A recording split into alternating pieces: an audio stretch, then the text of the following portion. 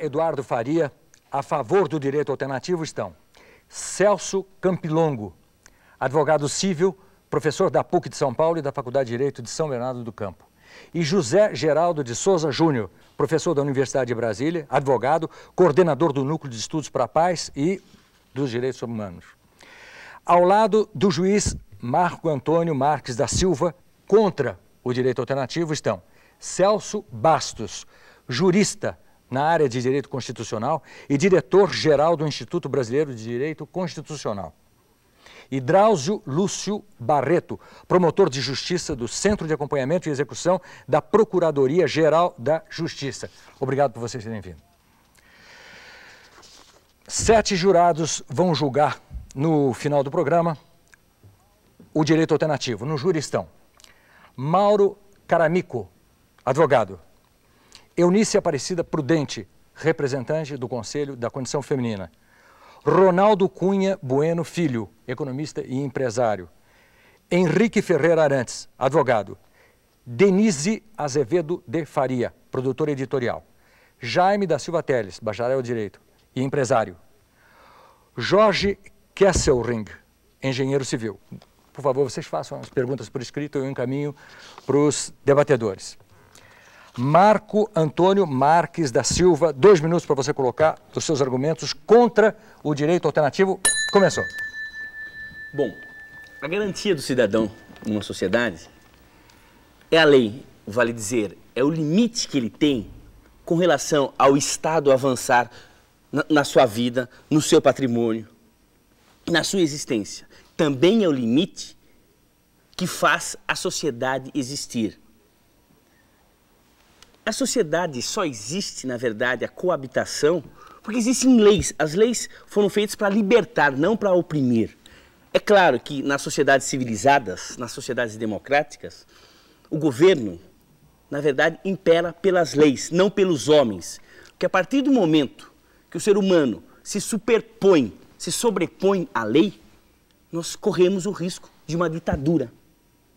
Como nós já tivemos em diversos caminhos do mundo, da humanidade, a hipertrofia de poderes do executivo, ora do legislativo, hedionda, entendemos, seria também a ditadura do judiciário.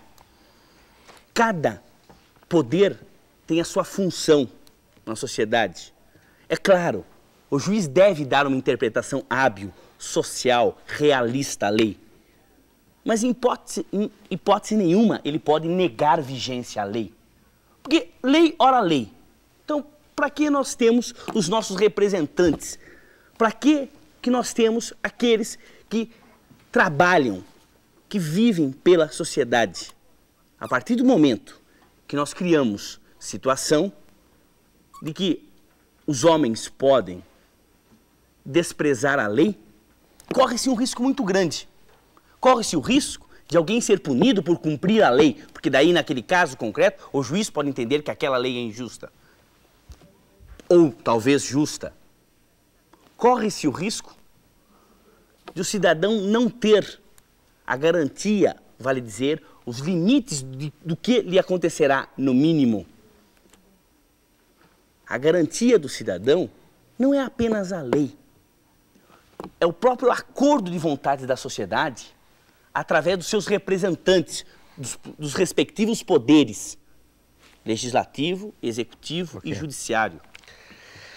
Chegou a sua vez, José Eduardo Faria. Houve um entendimento do meu lado que a prática do direito alternativo seria tão autoritária que poderia, inclusive, gerar um estado de arbítrio por parte daqueles juízes que tomariam a lei nas suas mãos, desprezando a letra da lei. De certo modo, eu acho que é preciso, em primeiro lugar, levantar uma indagação, o que é o direito alternativo. Quer dizer, houve uma crítica ao direito alternativo, sem, no entanto, se explicitar o que significa isso. Em segundo lugar, quando nós mencionamos a necessidade de um respeito à lei, eu preciso saber qual é essa lei, e qual é o sentido dessa lei, e qual é a clareza dessa lei. Quando eu verifico, nos últimos anos, nas últimas décadas, a evolução das leis no Brasil, eu vou verificar que as leis tornaram-se cada vez menos claras, cada vez mais vagas, cada vez mais ambíguas, E essa ambiguidade e essa vagueza obedeceram a uma determinada estratégia por parte do legislador. Ou seja, diante de conflitos de uma sociedade cada vez mais complexa, o legislador houve por bem ampliar o grau de abstração das suas normas. Ora, no momento em que ele amplia o grau de abstração das suas normas, essas normas, quando aplicadas a caso concreto, necessariamente terão de ser interpretadas. Por exemplo, quando eu digo é proibido matar, a norma em princípio é clara, mas quando eu digo é proibido matar, admitindo-se, no entanto, por exemplo, a legítima defesa, a noção de legítima defesa é de tal forma subjetiva que ela admite interpretações. Então nós verificamos que o direito alternativo é uma estratégia desenvolvida por alguns juízes no sentido de enfrentar a necessidade de interpretação de leis que são vagas, isto é, não são auto-aplicáveis. São vagas, mas não são apenas vagas, são consideradas leis injustas. Isso foi colocado de uma maneira bastante clara. Leis injustas não devem ser cumpridas. Isso significa que existem leis injustas? Veja bem, sem querer fazer desse programa uma espécie de exercício de filosofia do direito, a noção de justiça é uma noção relativa. Quer dizer, numa sociedade complexa, nós temos tantas noções de justiça quantas forem as diferentes frações em que se divide a sociedade. Celso Bastos, qual é a sua posição com respeito a isso? Será que se pode dar ao juiz o direito de não apenas interpretar a lei dentro da jurisprudência, mas também expressar até contra o espírito da lei a sua posição numa sentença? Não, evidentemente que não. O direito, na verdade, até é um só. Até a expressão direito alternativo é tão absurda quanto você falar numa engenharia alternativa. Você construiria um prédio com um engenheiro que viesse para você e dissesse, olha, eu não vou fazer uso dos cálculos normais, eu vou utilizar uma engenharia alternativa, muito pessoal, muito minha, que segue os meus critérios, mas não a ciência que a humanidade até hoje elaborou. Portanto, o que nós temos, na verdade, é o direito que vige no mundo, que vige no Brasil, fruto de uma Constituição aprovada de maneira mais democrática possível e que se vê, na verdade, afrontada por meia dúzia de garotos do Rio Grande do Sul. Você falar que você é juiz e você não aplica o direito existente, mas aplica algo que você acha que deve ser o direito, é tão afrontoso quanto o policial que se torna conivente com o crime, ou o médico que ajuda o doente a morrer. Celso Bastos, só uma pequena observação. O nosso ex-ministro de Justiça, Saulo Ramos, falando a respeito desse movimento de juízes gaúchos, né, que pensam desta maneira, diz: este é o tipo de movimento que surge quando a legislação é deficiente. O legislativo é fraco e não atende às questões sociais. Não sou a favor nem contra essa escola, que é bem antiga, mas é lamentável porque estamos vivendo um vácuo legislativo. O que você acha dessa posição do Saulo Ramos, em que ele não vê no juiz um xiita, mas vê alguém que vai adiante no exercício do seu critério e da sua ciência jurídica, não é? E que tem de enfrentar uma situação em que existe um vácuo jurídico. Até porque as leis ainda não foram... Por favor. Não, eu queria em seguida ter a oportunidade de colocar Não, vá em frente, por favor. Não, porque eu acho que, inclusive para efeito de que haja um julgamento adequado, é preciso considerar que quando nós estamos trabalhando na questão do direito alternativo, ele, em primeiro lugar, não está, evidentemente, vinculado diretamente e imediatamente a estes juízes gaúchos. Quer dizer, o problema ligado aos juízes gaúchos decorre do fato de que eles, neste momento, explicitaram a questão e provocaram um amplo debate. Eu diria que essa questão é tão antiga que quem leu um clássico como Sófocles e lembra do poema Antígona, vai ver que essa questão está colocada lá. A quem devo seguir como lei? A lei dos antigos ou a lei de Creonte? E a tragédia é esta, que vem da antiguidade e que não se resolveu até hoje. E, portanto, entre estes juízes tão antigos quanto o grande legislador na Grécia Antiga, até o grande Victor Nunes Leal, ministro do Supremo, que disse a lei não pode exigir do operário que ele seja herói ou soldado a serviço do patronato, e no Supremo Tribunal Federal decidia contra a legem, essa questão vem tomando impacto na discussão jurídica e no posicionamento dos operadores do direito. Só a título de esclarecimento, esse fenômeno não é um fenômeno brasileiro, muito pelo contrário, é um fenômeno de caráter mundial. Eu tenho aqui em mãos um número de agosto de 1990 de uma respeitada revista inglesa, Spectator, que levanta essa questão com relação à Inglaterra com um título muito curioso, O Juiz é um Bastardo. Num outro número da mesma revista, nós temos um outro artigo... Vamos um pouco mais adiante. Esse título sugere o quê? Esse artigo mostra exatamente os limites da falibilidade do juiz quando aplica exegeticamente a lei, quando aplica a lei de uma forma muito neutra, muito fria, muito positiva. Um segundo artigo da mesma revista tem como título A Era do Juiz, traduzindo, retórico, milongueiro. Isso na Inglaterra. Nos Estados Unidos, agora em setembro, a Fortune publicou um artigo, uma revista de grande relevância empresarial, mostrando a importância de se questionar a eficiência de juízes vitalícios. E os leitores da revista respondem dizendo que o problema está, como disse o Dr. Marco Antônio, na necessidade de leis, porém leis que sejam claras. Eu queria fazer uma observação quanto a isso, se me fosse permitido. Por favor. Eu acho que a questão deve ser colocada, inclusive, antes de condenarmos os juízes, nós temos que julgar a lei. Porque daí que decorre todo o questionamento. Em primeiro lugar, que não se pode negar vigência à lei, não se pode desprezá-la, disso eu tenho para mim que não há dúvida. É claro que se deve dar uma interpretação hábil, realista, social, só que daí não decorre. Aí nós temos... Espera aí, Marco Antônio, espera um pouco. Você fala... eu gostaria de ouvir do Celso Campilongo, para tornar claro o que você está dizendo, não se pode desprezar a letra da lei. Você podia me dar algum exemplo, ou alguns exemplos, dessa justiça alternativa que possam ser considerados contra a letra da lei, mas a favor da justiça?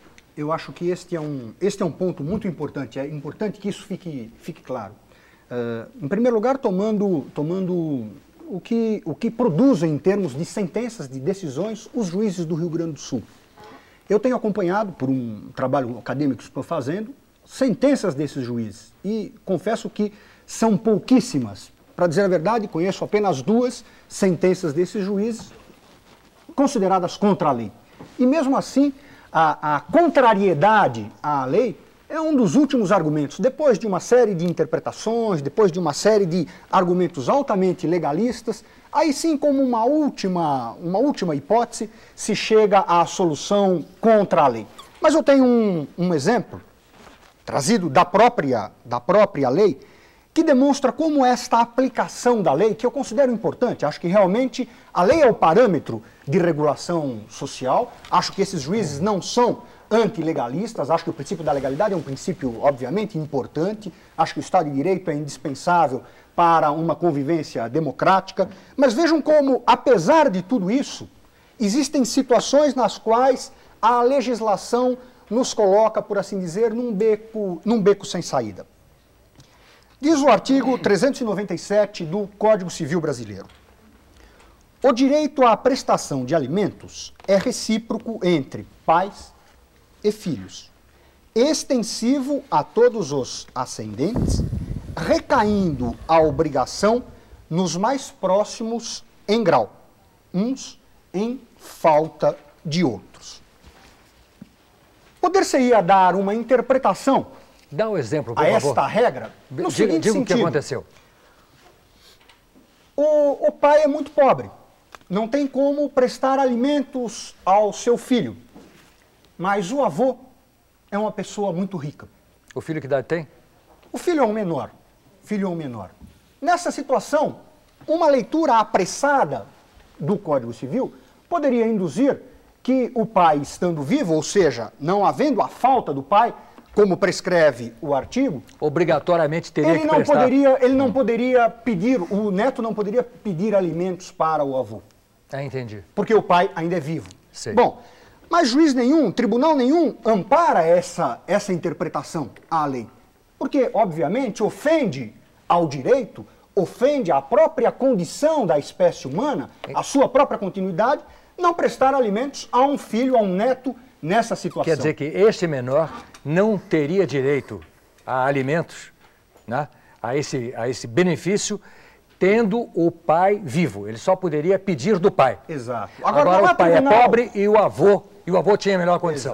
Exato. Mas o pai vivo. Agora, não há tribunal que ampare essa interpretação. Obviamente que os tribunais, todos eles, e aí, então, amparam o direito do menor de pedir... E a definição, então, desse juiz que professa esse direito alternativo, qual foi?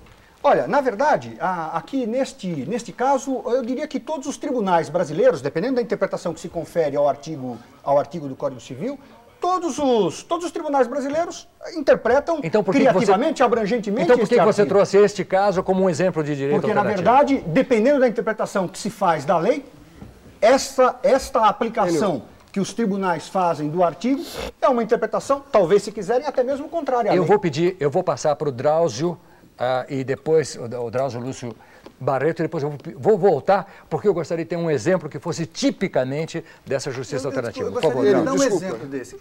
José Geraldo, me dá licença um pouquinho. A gente tem que colocar as coisas nos seus devidos eixos. O exemplo que o Celso está nos dando não se aplica em absoluto ao tema direito alternativo. Alimento pede quem precisa e paga quem pode. Isto é o princípio basilar de alimento que todos os tribunais seguem. Isto não é direito alternativo. O que se tem que ficar bem claro para todos, o que se tem como conceito básico dentro do chamado direito alternativo é que o juiz, ao se deparar com uma situação concreta, ao seu talante, poderia simplesmente negar eficácia à lei, negar vigência à lei. Isso sim não é direito alternativo. Isto é o direito alternativo, Celso. Isto é o direito alternativo. Os juízes que advogam esse posicionamento se colocam como verdadeiros. Termina, Drauzio, eu passo para você, Celso Bastos. Porque é importantíssimo, porque eu acho que é uma questão de ordem, porque senão a discussão não vai caminhar. Porque eu noto que porque eu até me sinto com a necessidade de imediatamente me solidarizar com a tese contrária, eu até me sinto mal posto aqui. Porque se for para ficar aqui sustentando que aplicar o direito é aplicar cegamente a letra da lei e que simplesmente construir em cima da norma para aplicar os princípios mais amplos do direito e fazer a justiça, isto é o que sempre se fez, então evidentemente eu estaria perdendo tempo aqui, estaria até sendo confundido como um péssimo jurista. O caso concreto, o que veio à tona, o que provocou essa discussão não foram os escritos filosóficos da Europa, foram realmente as declarações feitas por meia dúzia de juízes no Rio Grande do Sul. Esses é que suscitaram uma reportagem, que eu não sei se é de conhecimento da bancada do outro lado, e que suscitou este programa. Não fora isso, não estaríamos aqui agora. Portanto, nós podemos até deixar de lado esses juízes. Mas o que é importante notar é que quem desencadeou a questão e sustentou, porque eu conheço bem, eu fui um dos entrevistados e que na hora ripostei a essa conduta, podemos aqui fazer a leitura, uma prova aqui documental, podemos fazer leitura de maiores porções das suas manifestações, onde eles falam claramente que se substituem aos critérios da lei para aplicar os seus critérios pessoais. E isto eu sou contra e não me apoio em filosofias de espécie nenhuma, porque o direito funciona malgado às discordâncias filosóficas. Se nós dependêssemos dos filósofos do direito para fazer justiça diariamente em todos os tribunais desse país, nós não teríamos justiça, porque até hoje os filósofos não se botaram de acordo.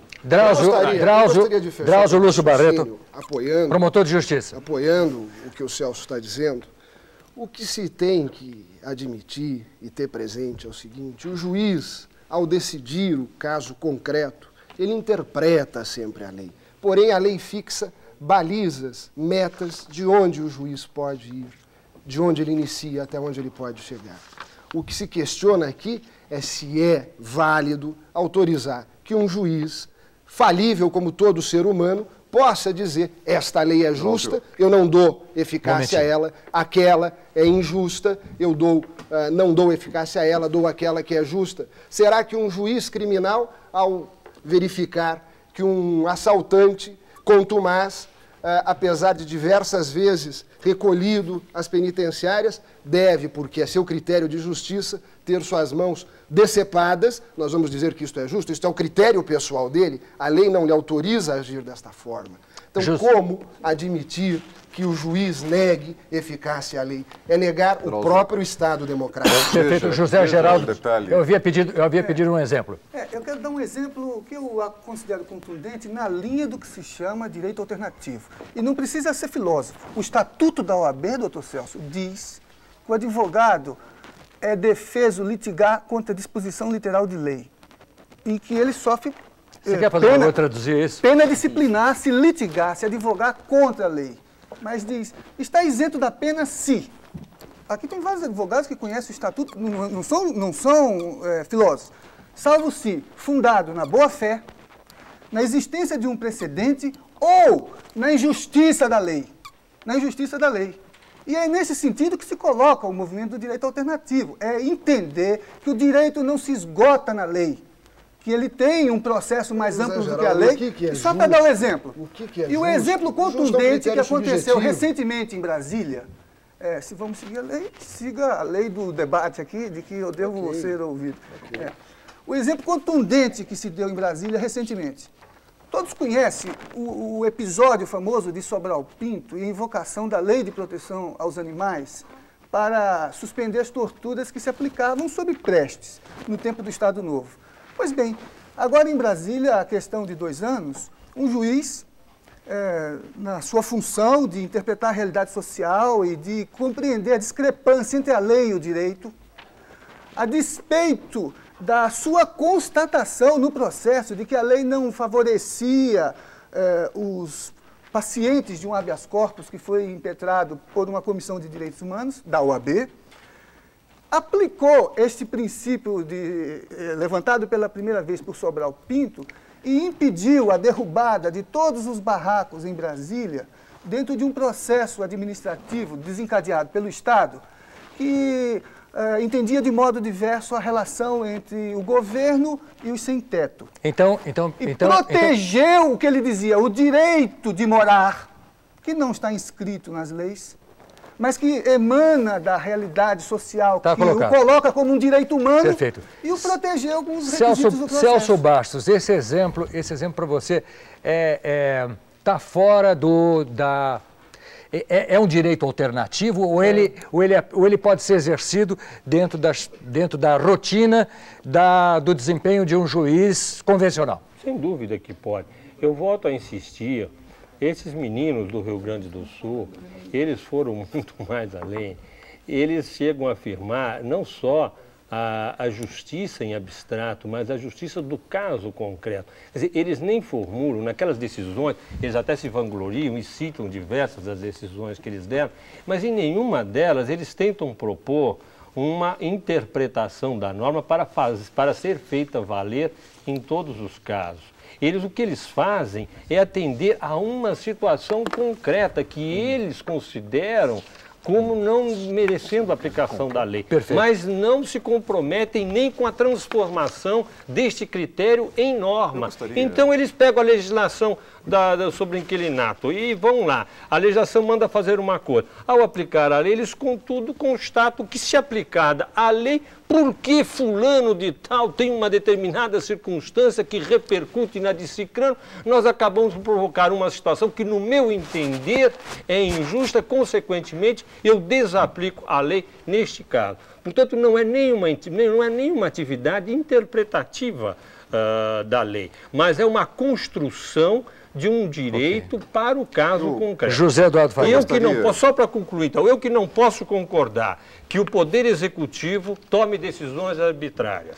Eu que não posso concordar que um presidente da República deixe de ser responsabilizado por crime de responsabilidade, como está na Constituição, quando atente contra as leis, eu não posso admitir que um magistrado o faça, como nenhuma autoridade em regime republicano pode atentar contra as leis.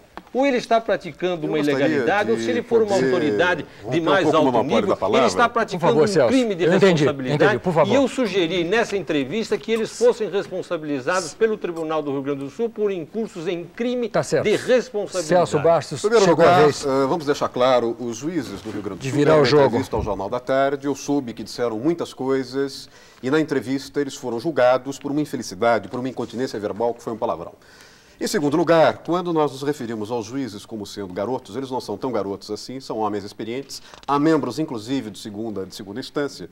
E há uma coisa curiosa, esses juízes, com seus colegas, todos eles, por unanimidade, portanto, se eles fossem julgados, não haveria quem os julgasse do Rio Grande do Sul, disseram no ano passado, no documento, o seguinte: em exigindo justiça social, nada mais fazemos do que postularmos as condições de trabalho, pois sem isso o judiciário mais se assemelha a um instrumento a serviço dos poderosos do que a última instância dos direitos e garantias individuais. Nós estamos discutindo com juízes estaduais, mas juízes do trabalho publicaram, agora no dia 3 de junho, também um documento onde proclamam a sua enérgica rejeição às medidas que, de modo direto ou indireto, visem lesar a sua autonomia e a obstar a formação do livre convencionamento. Repelem indevidas acusações de que seja a intenção da Justiça do Trabalho desestabilizar planos econômicos federais, já que se limita a aplicar ou declarar a inaplicabilidade das leis em respeito ao direito. O que é que eu quero dizer com isso? Só para terminar. O que eu quero dizer com isso é que nós estamos discutindo o lado alternativo como se o lado alternativo fosse exclusivamente uma aventura romântica, quando na realidade não é. Isto é fruto de um processo, como eu disse, de ambiguidade das leis. Tem uma pergunta para você. Só um detalhe, um momentinho. Senão eu não consigo terminar o meu raciocínio. Veja bem, eu tenho aqui o Supremo Tribunal Federal nega uma liminar ao PDT no ano passado, sob o argumento de que os juros de 12% ao ano não são auto-aplicáveis, dependem de uma lei complementar. No mesmo dia, no mesmo jornal, publica que os juízes brasileiros dos tribunais de alçada, em congresso dos juízes de alçada, decidem os juros de 12% são auto-aplicáveis. Por isso é que existe a possibilidade de uma interpretação. Ok. Eu queria colocar uma pergunta do Jaime da Silva Teles, que é para você também. A generalização de sentenças alternativas poderá coexistir com o direito positivo se levar a sociedade a uma comoção desintegradora e perigosa? E para o Celso Campilongo, também passo para você, do Ronaldo Cunha Bueno, que diz assim: a generalização de sentenças alternativas, o direito alternativo é um movimento de esquerda radical. Vamos dividir isso aqui? Campilongo, você, o direito alternativo é um movimento de esquerda radical? Não, eu até diria o seguinte: não existe um movimento direito alternativo. Existem diversos juízes que tentam aplicar criativamente o direito positivo, tentam dar uma interpretação mais abrangente ao direito positivo, mas isso está longe de ser um grupo de esquerda, restrito à esquerda, e quanto menos um grupo de esquerda radical. Ok. Né? Quanto à pergunta do Jaime da Silva Teles, a generalização de sentenças alternativas poderá coexistir com o direito positivo sem levar a sociedade a uma comoção desintegradora e perigosa? Não, veja, existe uma situação muito curiosa. Quando nós examinamos os processos que estão, digamos, sendo objeto dessa nossa discussão, nós vamos verificar que muitas vezes o que algumas das partes desejam é muitas vezes, por exemplo, a legalização de uma posse, a legalização de uma ocupação de terra.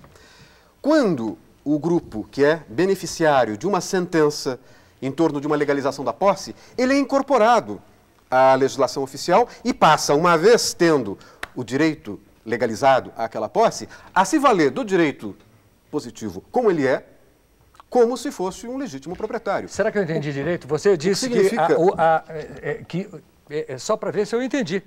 Você disse que as decisões que favorecem, por exemplo, o latifúndio, se incorporam como norma, é isso? Não, não é isso. O que eu quero dizer é o seguinte: muitas dessas decisões beneficiam, dentro de uma interpretação alargada, grupos que, quando têm o seu direito reconhecido, acabam, a partir daí, defendendo aquilo que foi reconhecido dentro da legislação tradicional. Eu vou dar um exemplo claro. Então você fechou o ciclo. Não dá para viver sem a lei, é isso que eu estou querendo dizer. Não dá para viver sem a lei. Eu vou dar um exemplo claro, só para terminar. houve um debate organizado por mim e pelo professor Celso, na USP, com um ministro do Supremo, o ministro José Carlos Moreira Alves, e com um dos responsáveis pela essa advocacia alternativa, não juízes alternativos. E esse advogado disse o seguinte: até algum tempo atrás, interessavam aos grupos considerados, vamos dizer, populares, uma postura que seria uma postura baseada num direito natural. Eu desobedeço a lei alegando que ela é injusta. Hoje o que existe é um processo às avessas. Eles querem o que eles chamam de um positivismo de combate. Isto é, o que eles desejam é o respeito à lei na medida em que eles são beneficiários por sentenças judiciais. O que significa, portanto, o restabelecimento da legislação, o restabelecimento da ordem jurídica. O problema todo é que a ordem jurídica já não consegue mais se pautar a partir de uma hierarquia muito clara de normas. Deixa eu botar uma pergunta. Porque eu acho que, a essa altura, o telespectador também deve estar querendo exemplos mais concretos para entender o que significa esse direito alternativo, e eu vou botar uma questão. É contra a lei, hoje, a prática do aborto, a não ser em duas circunstâncias. Há uma circunstância que hoje, entretanto, que a realidade aponta e que a sociedade quer, o aborto nessa circunstância específica, pelo menos, a unanimidade. É o caso da mulher aidética, mãe aidética, que desejaria ter o amparo da lei para produzir, para ter o direito desse aborto. E segundo tanto a lei quanto o Código de Ética Médica, ela não pode ter esse aborto. Agora, a opinião pública é a favor de se dar a essa mulher o direito de abortar. Um médico que praticasse o aborto poderia alegar que estaria praticando este direito maior e essa justiça maior, que é não permitir que esta criança nasça com a condenação de morte e logo sacrificada no seu primeiro ano, além de sofrer durante um ano, ela invariavelmente ela vai morrer. Então seria isto, seria esta uma maneira e uma interpretação de colocar o direito alternativo? Eu posso falar? Ou seja, a lei não permite, mas o médico diz, eu preciso fazer isso porque eu estou me antecipando àquilo que a sociedade já quer e aquilo que o meu critério segundo aquilo que eu acredito, é justo. É isso?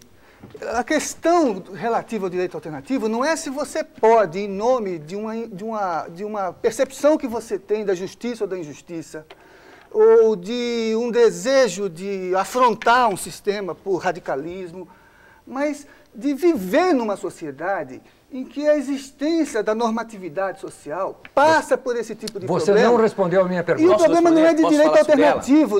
Eu estabeleci um paralelo de duas situações. Me parece que ficou bastante clara a pergunta. Pelo menos eu tentei. Mas não serve para explicar o direito alternativo. Agora, quando você tem uma questão, quando os juízes que praticam essa justiça alternativa trazem para si a definição fora da letra da lei, eles não estão, de certa forma, antecipando com o seu critério aquilo que deveria ser justo ou aquilo que a sociedade esperaria fosse admitido e reconhecido como justo? Mas isso é a função dele.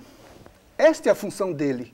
E ele faz isso porque ele está consciente de sua função. E no caso específico desta mãe aidética que não pode abortar, se o médico permitisse e fizesse esse aborto, o médico estaria se antecipando e, nesse caso, alargando a interpretação daquilo que é ético e justo, no caso da mãe aidética? Provavelmente na interação entre a sua prática social e a maneira como juízes, jurados, advogados e opinião pública... Então você está admitindo que isto faz sentido? Isto faz sentido na medida em que a matéria-prima sobre a qual opera a realidade da transformação do direito. Ok, a justiça alternativa seria este avanço. Seria resultante dessa dialética. Por favor. Efetivamente, eu entendo que nesta hipótese é absolutamente impossível a realização do aborto pela legislação vigente. O que nós temos que restabelecer aqui, Enio, é o seguinte: na medida em que nós vivemos num processo democrático, acreditamos que elegemos deputados e senadores que representam a vontade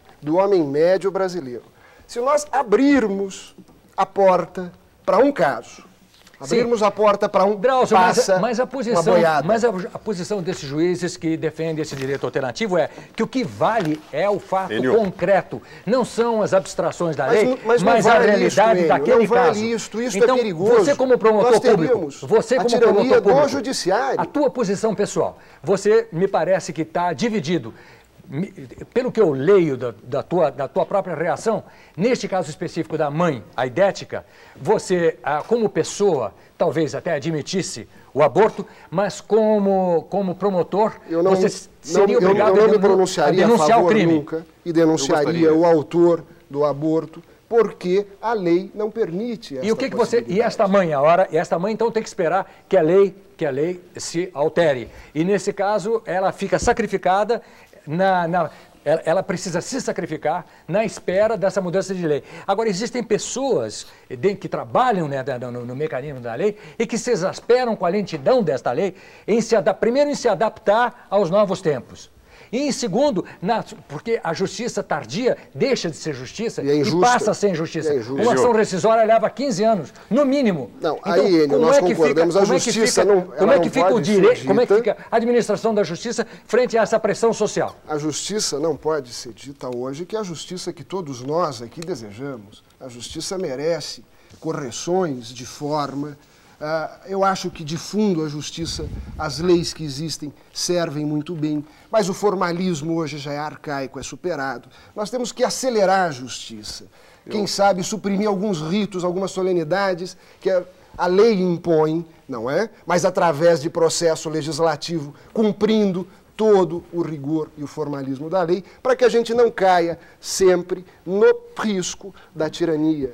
Aqueles que se julgam acima da lei, superior à lei, sempre cometem excessos. A história a dúvida, Drauzio, sempre a decisão é um casuísmo, é contra a lei ou é um avanço? É quase que uma questão de interpretação. O Jorge Kesselring pergunta para José Souza Júnior: não deveriam os juízes alternativos, ao invés de legislar ao seu critério, procurar alterar ou regulamentar as leis de acordo com as regras em vigor nessa sociedade? Eu só gostaria, antes de passar para o professor Zé Geraldo... Me parece que o Celso Bastos concorda com isso. Porque retomar um pouco a questão dos sociobatérios que ficou só um subsídio para, inclusive, reforçar a pergunta e, com isso, dar maior chance, inclusive, à bancada contrária. Hoje não se pode mais dizer que o deputado é inerte. O povo tem a capacidade de propor leis e o número que a Constituição exige de populares é muito pequeno.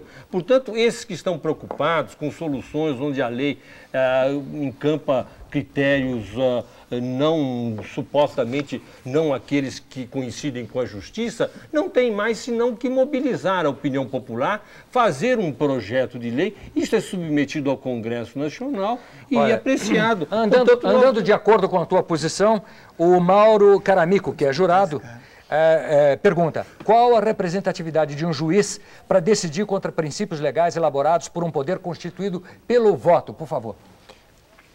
Olha, Campilongo. Na verdade... Eu não respondi ainda a minha pergunta. Vai em frente. Olha, aquela questão a respeito da... Não, responda essa, aquela questão, ela, na verdade, está muito associada a esta resposta. Veja bem, o que o professor Celso Bastos coloca, essas perguntas anteriores, a questão da legalidade, da lei geral, universal, abstrata, tudo isso nos coloca diante de um grande dilema. O mundo passa por transformações na atualidade que não permitem que esta legalidade, são problemas da legalidade, ainda que todos nós sejamos favoráveis ao princípio da legalidade, criam-se problemas como esse, por exemplo, no caso da AIDS. Um problema extremamente particular, extremamente individual, que muitas vezes escapa àquela lógica da generalidade da lei. Mas há, por outro lado, situações que se colocam em posição inversa. Vejamos, por exemplo, o caso do acidente nuclear em Chernobyl. Ora, neste caso, as repercussões jurídicas de um acidente como aquele são tão grandes que extravasam aquela localidade, extravasam até mesmo os limites territoriais. Praticamente a humanidade inteira se submete às consequências, não apenas nucleares, mas também jurídicas de um fenômeno como esse. Portanto, a aplicação da lei, ainda a observância da lei, ainda que ela seja necessária, seja conveniente, seja prudente, ela tem, na verdade, que se defrontar com situações dessa natureza. Bom, e situações dessa natureza muitas vezes exigem criatividade. Uma criatividade que, de alguma forma, forma, esses juízes do Rio Grande do Sul tentaram criatividade que começa a assustar, inclusive os nossos jurados. O Ronaldo Cunha Bueno Filho coloca: O poder dos juízes de decidir como quiserem não leva a uma anarquia do Estado e a uma ditadura? Exatamente. Posso responder essa pergunta? Essa pergunta fecha aquilo que disse o doutor Silva Teles. Veja bem, é claro, a resposta é afirmativa, leva a uma situação de anarquia. E isso me exige saber, direito alternativo em relação a quê? Vou dar 2 exemplos. Uma pessoa foi presa na porta do MAP, no Largo, na Praça Ramos, roubando uma corrente de ouro. O tribunal decidiu da seguinte forma: na realidade, para quem tudo tem, é fácil sentir a fome de outrem, como insuscetível de conduzi-lo a um ato antissocial.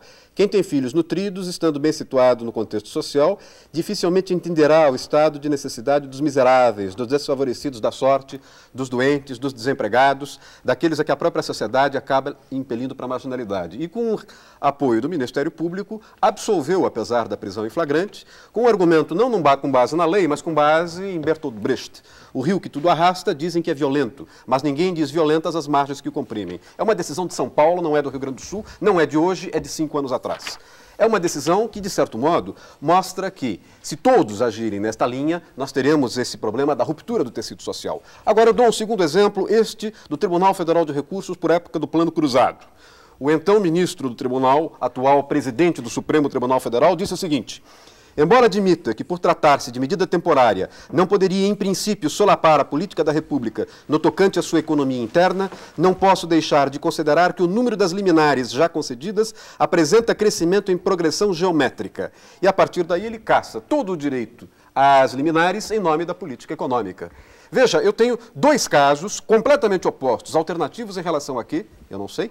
Um, obviamente, com relação... Nesse caso, você está me dizendo... O que eu quero dizer é que os 2 casos levam a uma ruptura. Nesse segundo caso, é como se esse direito alternativo tivesse sido utilizado pelo Estado para proteger a política econômica contra os interesses de uma população que se manifestava por liminares na tentativa de defender a sua...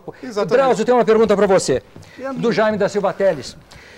A sentença alternativa não extrapola a própria natureza do direito, avançando sobre a política? Não seria a política que deveria lutar para aperfeiçoar a legislação, suprimir a lei injusta, etc.? Ou seja, será que esses juízes continuam juízes quando defendem posições políticas? Em absoluto. O Silva Teles tem absoluta razão. Eu acredito que são pessoas muito bem intencionadas, corretas, mas estão no local errado. Que se unam aos políticos, aos deputados, aos senadores, para transformar a sociedade brasileira, para transformar esta sociedade conflituosa que o mundo moderno trouxe ao Brasil e não houve um acompanhamento legislativo, não é? Mas não se pode permitir que com este argumento, com esta bandeira, se estabeleça o caos na estabilidade do relacionamento social. Nós não podemos considerar todas as decisões contrárias à lei como direito alternativo, porque senão o direito alternativo teria surgido quando surgiu a primeira sentença, porque onde houve sentença, sempre houve sentenças num sentido e sentenças no outro. Portanto, o direito alternativo nada tem a ver com isso. O que há debaixo desse movimento, volto a repetir, estou aqui sufragando o ponto de vista do Drauzio, que é muito importante. É uma coisa nós reconhecermos um fato, outra coisa é nós acharmos que aquilo deve ser assim. Quer dizer, quando um juiz, não é, prolata, ou profere, ou emite uma sentença, e em que ele eventualmente incide em erro, isso qualquer juiz pode fazê-lo, ele está sujeito normalmente a um recurso para uma segunda, para uma terceira instância. Isso não causa problema nenhum para a ordem jurídica. Eu quero fazer uma pergunta. Só para concluir, o que causa, então, o que causa o problema da ordem jurídica? O que causa o problema é a afirmação que esses juízes fazem de que eles não vão aplicar o direito. É isso que o direito não aceita. O direito necessita ser aplicado. Os juízes estão lá para aplicar o direito. Mas ainda que eles errem. É um direito deles errarem. Mas eles têm que proclamar que estão aplicando o direito. E esses homens foram uma desfaçatez. Eles foram subvertores da ordem. Eles fizeram aquilo que se o presidente da República fizesse, estaria automaticamente julgado por crime de responsabilidade. Imagine se o presidente da República fosse para a televisão e dissesse: eu não posso baixar essa medida provisória, no entanto, eu baixo. Eu me digo, qual seria o clamor popular? Qual seria o levante que teríamos que assistir nesse país para restaurar a ordem lesada? Portanto, o que esses homens fizeram foi exatamente isso. Eles confessam, nós temos uma ordem jurídica, mas ela não nos agrada e, portanto, nós não a aplicamos. É diferente dizer, ela não deve ser aplicada e, portanto, eu não aplico. Outra coisa é por ignorância, na boa-fé. E você vai editar uma sentença contrária de um outro juiz. Isto não é problema nenhum e nem é direito alternativo. O direito alternativo é você deliberado e propositadamente subverter a ordem jurídica. Isso não é verdade. Isso não é verdade. Quando a legislação brasileira aprova normas, quando a Constituinte aprovou normas, ela aprovou normas que, embora situadas no mesmo nível, são contraditórias. De um lado, ela assegura o direito de propriedade, mas de outro lado, ela diz que a propriedade terá de ser exercida numa perspectiva de função social, sem esclarecer o que é função social. E o pobre do juiz, de primeira instância, vai ser obrigado, ele vai ser obrigado a julgar com bom senso. Nós estamos aqui dando nesse caso específico da propriedade, eu vou dar um exemplo. Nesse caso. Eu vou dar um exemplo. Nós estamos criticando os juízes gaúchos como se fossem os grandes subversivos, mas eu gostaria de dar aqui uma decisão do Tribunal de Alçada Civil de São Paulo em 1981, dezembro. Levando à realidade de São Paulo a presunção de que os favelados são pessoas comuns, pois as favelas cada vez mais se estabilizam nesta cidade e que favelados não são necessariamente vadios ou marginais, eles são apenas pobres, não há como se afastar a aplicação do princípio constitucional da função social da propriedade. Mas isso Quem não é favelado não é marginal do ponto de vista jurídico penal. Isso não é uma interpretação? Claro, José Isso é uma interpretação. Mas é claro que é uma interpretação. A ordem de interpretação transitada em julgado. Mas isso não é Se nós criarmos um espantalho, se nós criarmos um espantalho e dissermos isso é o direito alternativo, obviamente vai ficar muito fácil criticar. Mas, na verdade, o que se entende na teoria, nas discussões, na prática, como direito alternativo, são interpretações desse tipo. Não se pretende aqui, NT, que o juiz é um robô. A coisa não está clara. Porque o que essa bancada do lado de cá diz é que se alarga a base da interpretação da lei. E o que essa bancada diz é assim, não, isto é um rompimento com a lei porque se ultrapassaram os limites do aceitável, não é? Eu sei que eu tenho advogados aqui presentes entre o corpo de jurados.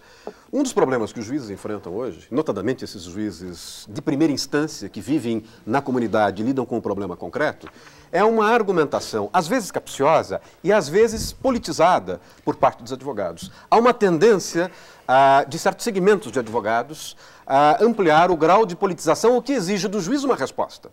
Eu dou aqui exemplos, eu tenho aqui alguns exemplos, mas um dos advogados, ou de um dos grupos de advogados, publica um documento e diz: o direito que existe atualmente está velho, mofado e moribundo. Não atende ao conjunto da sociedade, mas as forças populares ainda não têm capacidade de organização e de mobilização para formular alternativas.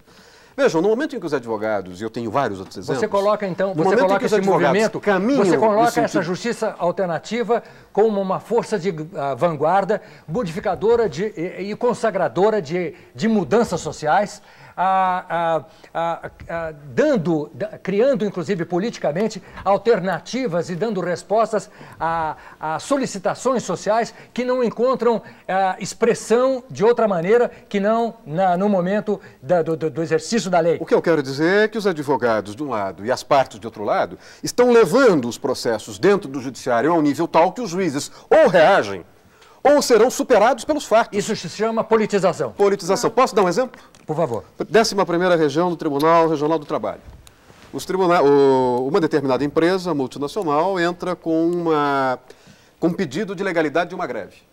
Os juízes decidem da seguinte maneira: nós sabemos que a greve é de fato ilegal.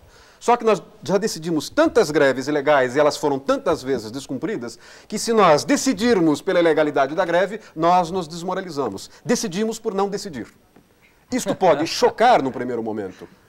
Só que isso reflete a necessidade que o juiz tem de se defrontar com fatos para os quais a sua cultura e o direito tradicional, aquele direito dos códigos, não oferecem respostas. É até uma admissão da condição humana, né? Claro. Eu queria passar para você, José Geraldo, uma pergunta da nossa jurada Denise Faria. O direito alternativo é uma maneira de corrigir os grandes desvios resultantes das medidas provisórias, por exemplo, na questão das reposições salariais, sim ou não? Pode valer nessa situação? Não numa situação tão maniqueia assim. Eu diria, o direito alternativo é um processo pelo qual, na sociedade, você politiza a discussão em que se dá o jurídico. Por exemplo, eram juristas alternativas aqueles que decidiam, na vigência da lei que permitia a escravidão, o espaço libertário de quem protegia escravos. Assim como Thoreau, que fundamentou a tese da desobediência civil, defendia o capitão Brown, que era um libertador de escravos. Só que, você sabe qual é a minha sensação? É que pode dar a entender ao telespectador que a bancada que defende o direito alternativo é mais avançada politicamente, é progressista, tem posturas liberalizantes, pretende se adequar às mudanças sociais com mais rapidez, e o lado daqui é o lado que se coloca ao lado de uma lei inamovível, com uma letra pesada, que não permite ajustamentos nas suas respostas e nas suas as solicitações que lhes são feitas pela população, e apenas fazendo pequenos ajustes de interpretação, mas não dando uma resposta boa, aceitável à fome de justiça dessa população. Isso está me passando. Agora, como se a justiça não tivesse essa condição. Não, nada disso. Pelo contrário, hoje, veja bem, se nós fôssemos ver quem são os mais interessados na manutenção das conquistas consagradas na ordem jurídica, nós vamos ver que é exatamente o povo. Porque na hora que ficar assente, porque é isto que é o problema fundamental. Não adianta a bancada do lado contrário vir com 200, 300 sentenças onde o juiz tal ou o tribunal tal julgou dessa ou daquela maneira. Isto é absolutamente irrelevante, porque o que foi colocado em pauta é o direito de esses juízes procederem dessa maneira. Para mim, eles não têm esse direito, e eu continuarei a afirmar isso em qualquer lugar, porque estou com a ordem democrática vigente. Então, a negação da ordem democrática ela pode ser feita tanto por grupos autoritários de esquerda quanto de direita. No momento, ela está sendo deflagrada por movimentos de esquerda, mas amanhã pode voltar-se contra e tornar-se um movimento de direita. Eu vou dizer quem foi o maior juiz alternativo desse planeta. Foi Hitler, quando mandava milhões de pessoas para as câmaras de gás, fundado no seu critério de justiça, porque para ele era justo que aquelas pessoas fossem para a Câmara de Gás. A nossa concepção de judiciário vai ter de ser alterada em função de uma crescente mudança do país. A nossa concepção de judiciário é de um judiciário voltado a uma sociedade estabilizada onde todos são iguais perante a lei. O último recenseamento do IBGE mostrou que não dá para ser todo mundo igual perante a lei. E a questão que se coloca é no sentido de saber qual o caminho do nosso judiciário. A minha sensação é que o nosso judiciário vai ter de se atrelar aos fatos com maior precisão, nos moldes, por exemplo, de uma justiça americana. Ok. Vamos pedir agora que os jurados se levantem e julguem a justiça, especificamente o direito alternativo. Por favor.